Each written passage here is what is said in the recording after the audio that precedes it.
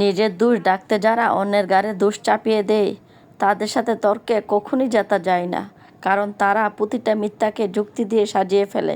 আসসালামু আলাইকুম, সবাই কেমন আছেন? আশা করি সবাই ভালো আছেন। আলহামদুলিল্লাহ, আমি তো অনেক ভালো আছি। Welcome to new blog. সবাই ফ্যামিলি ব্লগের পাশে থাকবেন। আবারও আপনাদের মাঝে একটি ঘোরাফেরার ভিডিও নিয়ে চলে আসলাম। কি উপলক্ষে গেলাম, কোথায় গেলাম, সবই আপনাদের সাথে শেয়ার করব। আপনাদের সাথে শেয়ার করেছিলাম আমার বড় মেয়ের জন্মদিন উপলক্ষে আমরা কয়টা কেক কেটেছিলাম, কোথায় কেটেছিলাম, এই ব্লগে শেয়ার করব। আমার বড় মেয়ের জন্মদিন উপলক্ষে আমরা কোথায় ঘোরাফেরা করতে গিয়েছিলাম। অনেকদিন ধরে আমার বড় মেয়ে বলছিল নৌকা দিয়ে ঘোরাফেরা করতে, তাই আমরা সবাই মিলে রওনা হয়ে গেলাম। যেই নামে আমরা সবাই চিনি, শেখ হাসিনা সড়ক। শুনেছি এই নামটা নাকি এখন চেঞ্জ করে ফেলেছে। বর্তমানে এই সড়ককে কি নামে দিয়েছে আমি সঠিক জানি না, তাই বলতে পারলাম না। আপনারা কেউ জেনে থাকলে প্লিজ কমেন্ট করে জানাবেন।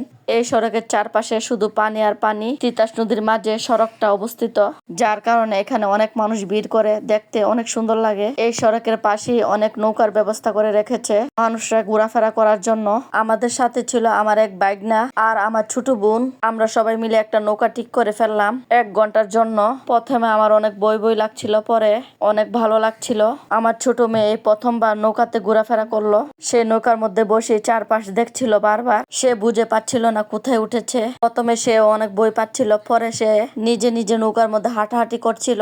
আমরা যেদিন ঘোরাফেরা করতে গিয়েছিলাম ওই দিনের পরিবেশটা অনেক ঠান্ডা ছিল। নৌকার মধ্যে অনেক বাতাস লাগছিল, অনেক ঠান্ডা লাগছিল, ভালোই লাগছিল। আমার নৌকাতে ঘোরাফেরার অনেক অভ্যাস আছে। আমরা ছোটবেলায় এই তিতাস নদী দিয়ে নানু বাড়িতে নৌকা দিয়ে যেতাম। আগে এই শেখ হাসিনা সড়ক ছিল না। আমার মেয়েরা তেমন নৌকাতে উঠে নাই, আর আমার ছোট মেয়ে তো একদম উঠে নাই। আমার ছোট মেয়ে উঠে নাই, তাই আমি ভাবলাম তাকে নিয়ে কিছুক্ষণ নৌকা দিয়ে ঘোরাফেরা করি। সে নৌকা কি জিনিস চিনতো না। সব বাচ্চারাই নতুন কিছু দেখলে অনেক আনন্দ পায়। তার ইচ্ছে করছিল পানিতে ছোঁয়ার জন্য, তাই আমি আমার বাইকনাকে বললাম ওকে পানি ধরিয়ে দাও। সে তার কোলে নিয়ে আমার মেয়েকে পানি ছোঁয়াচ্ছিল।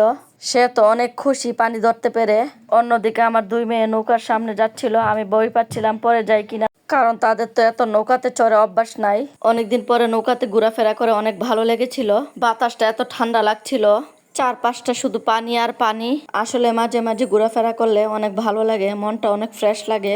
আর যদি নৌকাতে ঘোরাফেরা হয় সেটা তো আরো বেশি ভালো লাগে। আমি এমনিতেও নৌকাতে ঘুরতে খুব পছন্দ করি, কিন্তু 3-4 বছর ধরে নৌকাতে ঘোরাফেরা করা হয় না, যেহেতু আমার বাচ্চারা অনেক ছোট। আমি নৌকাতে ঘোরাফেরা করলে তারাও আমার সাথে সাথে ছুটবে, তাই আমিও ঘুরতে যাই না। মাশাল্লাহ, আমার ছোট মেয়ে কি সুন্দর করে নৌকার মধ্যে ঘোরাফেরা করছিল। আমি বারবার ওকে মানা করছিলাম, তারপরও সে এমন করছিল। আমরা সবাই ওকে ধরে ধরে রাখছিলাম। একবার ওর বোনের কাছে যাচ্ছিল, আরেকবার আমার কাছে আসছিল। তারা 3 জন মিলে অনেক আনন্দ করছিল নৌকার মধ্যে। নদীতে তেমন পানি ছিল না, তারপরও আমার অনেক ভয় লাগছিল, যেহেতু বাচ্চাদেরকে নিয়ে ওঠা হয়েছিল। এই শেখ হাসিনা সড়ক করার পরে নদীতে কোনো নৌকা চড়ে না, একদম নৌকা দেখা যায় না, শুধু একমাত্র আমাদের নৌকাটাই ছিল। আগে যখন এই তিতাস নদীতে ঘোরাফেরা করতাম তখন চারপাশে অনেক ছোট নৌকা, বড় নৌকা, নানা রকমের নৌকা দেখা যেত। অবশেষে আমরা 1 ঘন্টা ঘোরাফেরা করার পর চলে আসলাম নৌকার ঘাটে।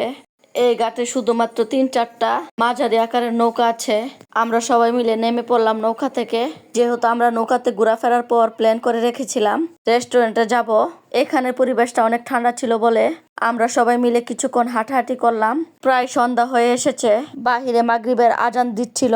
আমরা সবাই হাঁটাহাঁটি করছিলাম আর দেখছিলাম এখানে সিঙ্গেল একটা ঘর বাঁধানো, লাল রঙের আর নীল রঙের টিন দিয়ে। বারবার জানতে ইচ্ছে করছিল এই ঘরটা কেন বাঁধানো হয়েছে, কিন্তু জানতে পারলাম না। আমরা কিছুক্ষণ রাস্তার মধ্যে ঘোরাফেরার পর আমরা সবাই মিলে উঠে বসে পড়লাম টমটমের মধ্যে। টমটমুলা ভাইয়াকে বলেছিলাম আমাদেরকে পুরো রাস্তাটা আমাদেরকে ঘোরানোর জন্য। টমটমুলা ভাইয়া আমাদেরকে প্রায় 1 ঘন্টার মতন ঘোরাফেরা করিয়েছে। প্রায় তখন 7:30 বেজে গিয়েছিল। তখন আবার ভাইয়াকে বলেছিলাম আমাদেরকে রেস্টুরেন্টে নিয়ে যাওয়ার জন্য। ভাইয়া আমাদেরকে নিয়ে ঘোরাফেরা করার পর রওনা হয়ে গেল রেস্টুরেন্টে যাওয়ার জন্য। আমার বড় মেয়ের জন্মদিন উপলক্ষে আমরা কোন রেস্টুরেন্টে গিয়েছিলাম সবই আপনাদের সাথে শেয়ার করব অন্য একটা ভিডিওর মধ্যে। আসলে আমাদের জীবনটা অনেক ছোট, সেই ছোট্ট একটা জীবনে কত কিছু ঘটে যায়। কেউ আমাদেরকে ভালো জানে, কেউ আমাদেরকে খারাপ জানে, কেউ ভালো নজরে দেখে, কেউ খারাপ নজরে দেখে। কোনো মানুষই পারফেক্ট নয়, একটা মানুষের মধ্যে সব গুণ থাকে না। ভালো খারাপ নিয়েই সবার জীবন। আপনি শুধু একজন মানুষের খারাপ দিক দিয়ে জাজ করবেন না, তার ভালো গুণগুলো দেখবেন। আমরা সবাই এই মানুষের খারাপ দিক দিয়ে বেশি দেখি, মানুষের ভালো দিকগুলো আমাদের চোখে পড়লেও আমরা দেখি না। এইটাই আমাদের স্বভাব। আমার ভিডিওগুলো আপনাদের কাছে যদি একটু ভালো লাগে প্লিজ কমেন্ট করে জানাবেন। বেশি বেশি লাইক, কমেন্ট, শেয়ার করবেন। সবাই ফ্যামিলি ব্লগের পাশে থাকবেন, ভালো থাকবেন। আল্লাহ হাফেজ।